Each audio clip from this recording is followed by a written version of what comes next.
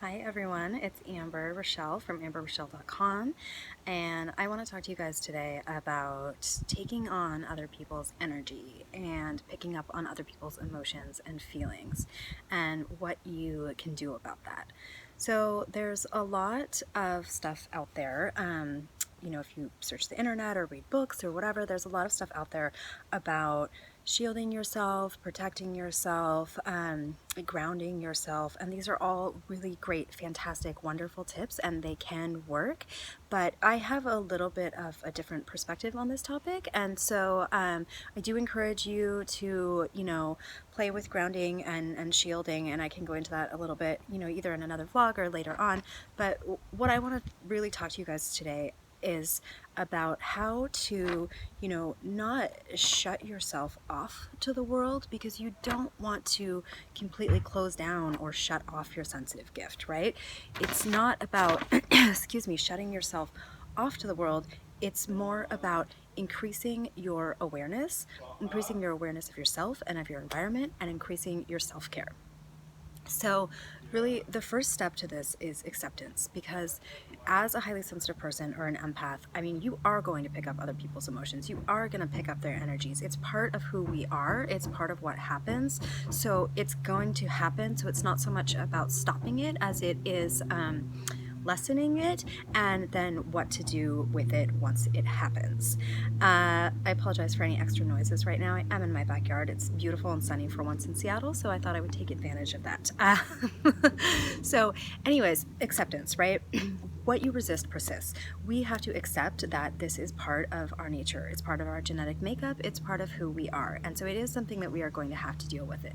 And the more energy that you spend trying to make it not what it is, or trying to fight it or run from it or hide it, that's energy that you're wasting that could be spent putting on your self-care and taking care of yourself. And those are the things that are really going to help you the most when it comes to picking up on other people's feelings and emotions. So step number 2 is get to know yourself. So here's the thing about this, is that the more that we know who we are, the more that we're rooted and grounded in our core values, in, what's really important to us, in who we are as a person, the less we're going to be whipped around by the winds of other people's emotions. So the more that you are in tune with your true you and what your own energy feels like, the more that you are going to be able to notice quicker when you are out of that, when you are out of your true energy, when you're picking up somebody else's energy, or when you're off, right? But to be able to notice those things, and especially to be able to notice them quickly, you have to have a really good sense and a really good handle of who you are, your strong core center. So how can you do that? Well, there's lots of different ways to do that, but the most important thing, honestly, you guys, is quiet time. It's time with yourself. It's, you put so much investment into relationships with other people, but really ask yourself, how much time and energy are you putting into your relationship with yourself, right? I mean, it is a relationship, and it does need to be fostered, and it does need to be taken care of and, paid attention to. So how much time are you spending with yourself? Because especially as HSPs, I mean, we need that downtime. We need that process time. So what are you doing on a day-to-day basis, to really check in with yourself, to give yourself process time, to let yourself hear the voice of your inner guide, to, give yourself some space. This is huge. Meditation, journaling, just quiet time, getting extra sleep, all of these things are going to build you a strong center so that it's going to be less easy for you to get knocked around. So really, really, really take some time and, cultivate a relationship with yourself. Start getting to know yourself. Start sensing what it feels like in your energy when you haven't been around crap all day, when you haven't been around frustrating people all day. What is your true energy? Because then when you're at work, or when you're with somebody who's negative, or your friend is having going through a really bad breakup or whatever, you're going to notice immediately when you are taking on something that is not yours. So along those lines, the other thing that I want to talk to you about is awareness. So awareness is so important, because it's so easy for us to go through a whole entire day and not really tune into how we're feeling until the end of the day, right? You come home at the end of the day from whatever you've been doing all day long, and all of a sudden then it's like, oh my God, you're exhausted, you're drained, you're overwhelmed, you feel like you've absorbed everybody's shit all day, right? And it feels gunky and icky and whatever. So, but if you start to check in with yourself periodically throughout the day, you can help to avoid that energetic buildup that can happen at the end of the day. So, you can set an alarm on your phone for a couple of times a day. It's just jolting yourself out of your routine to be like, how am I feeling right now? Do I need to go take a walk? Do I need to, sit down and meditate for a minute? Why am I feeling so angry? Is this something I picked up from somebody else? Literally ask yourself, is this feeling mine? And the stronger that relationship that you have with yourself, and this will come over time, you guys, when you start, making it a commitment, making it a daily practice to check in with yourselves, the stronger that relationship is, the louder the response is going to be, that you're going to hear back like, no, that's not mine. Like, I picked that up from somebody else, right?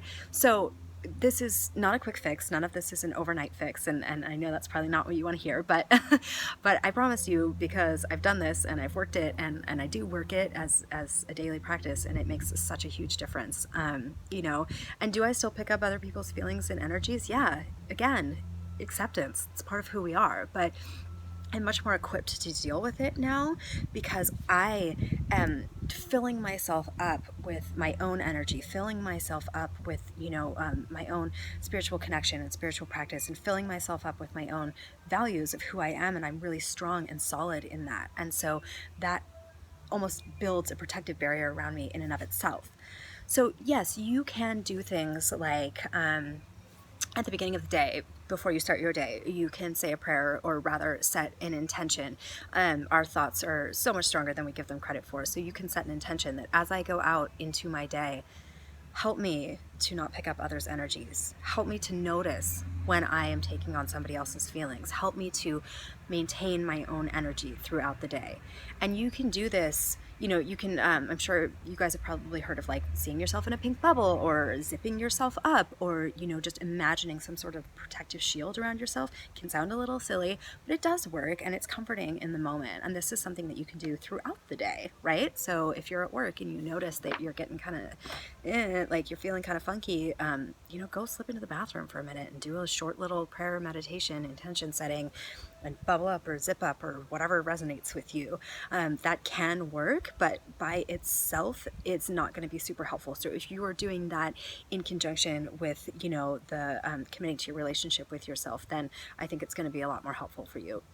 Another thing to think about is, journaling is super helpful. Even just doing a free write, even if it's just 5 minutes at the end of the day. Because when you journal and you free write, you can start to take all of that, like, jumbled mess that's in your head and just like bleh, it on the page. But that's when you start to make sense of, oh, that's right, this thing happened today and that's probably why I feel this way. Or, oh yeah, I was around that one person and I really don't like their energy. It just, it helps you to untangle that energetic buildup, that overload. So that's something that I've also found to be extremely helpful. And then exercise as well, even if it's just a walk. And walks are great because you're out in nature, and nature is like so healing and grounding and amazing. And that's why I'm outside right now, even though it's loud. Um, so yeah, but or if you like to go to the gym, go to the gym, or if you like to go for a run, go for a run. But it will help move the energy through your body. It will help reset you. And it can be, especially if you use affirmations while you work out, can be pretty awesome too. Like I release the energy that I picked up throughout the day, and I reset my own energy, or whatever resonates with you. But you can repeat that throughout your workout. So that's a good way to move the energy through you. Journaling is a good way to untangle the energetic buildup of the day. And if you start to, really commit to having a better relationship with yourself, getting to know your own energy, and to cultivating this awareness throughout the day, you're going to start to notice that you get stronger and stronger and stronger. And even though, yes, you will still pick up other people's feelings or emotions or energies, it's going to be so much easier to recognize them, to release them, and to not get attached and to not get sucked in, and to be able to move on with your day. So I really hope that these tips served you. I would love to hear how it's going. You guys know I love to get feedback and hear back from you. You can find me on Facebook, and you can join me in my Facebook group, The Super Sensitives. I will post post links to all of those below. And if you like what you hear here, I would love it if you would subscribe. Love it if you come join us on Facebook.